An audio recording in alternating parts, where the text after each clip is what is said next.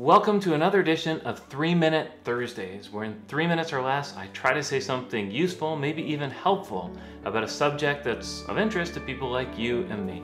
Today I want to talk about our kids and their cell phones.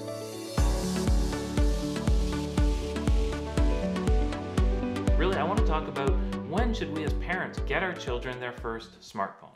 So we'll put 3 minutes on the clock and we'll get to it. There's a lot to consider under this banner of our kids and their smartphones. Now, underlying all of it is our job as parents. Our task as parents is to prepare our children to live in this world. So important we understand our job is not to prepare them to live in the world that we grew up in. It's not to prepare them to live in some fanciful world that we've concocted in our minds, a world as we would like it to be. We need to prepare our kids to live in this world. The reality of this world is our kids will grow up in and live in a world where they will be surrounded by electronic devices at all times. In fact, they will probably, through most of their lives, within arm reach at most times, have access to a little glowing rectangle or whatever the future iteration of that is, through which they'll have a window to the world. We need to prepare them to live in this world.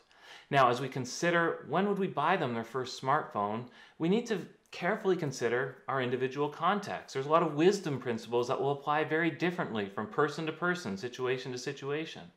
Let's say you're a homeschooling family, you live out in the country, and mom stays at home with the kids. This may look very different than, let's say, a family where a single mom is living in the city and she's working full-time, sending her children to public schools. The way she applies principles, the way she prepares them may look very different. So what do we do? How do we think this one through?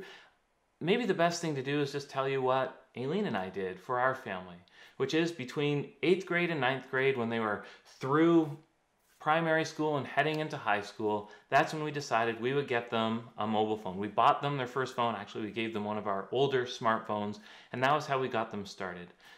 But we didn't just give them a fully featured phone. We took away some of the capabilities of that phone. We allowed them texting, we allowed them some emailing, but we didn't allow them browsing. We allowed them to do some things, to play games, but there are other things we locked out. We didn't allow them any app they wanted.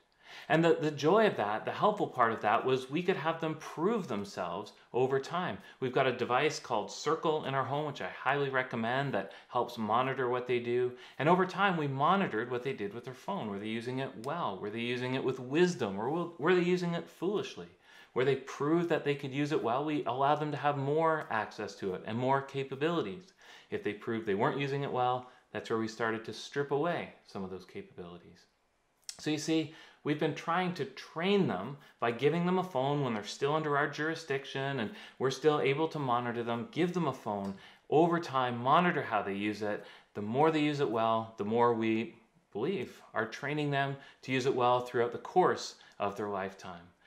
Maybe that's something you do in your family. Get them a phone while they're young enough, and then over time, give them more and more access until you can set them free with it when they're just about all grown up. Maybe that's helpful. I hope it is. We'll see you again for another edition of 3 Minutes.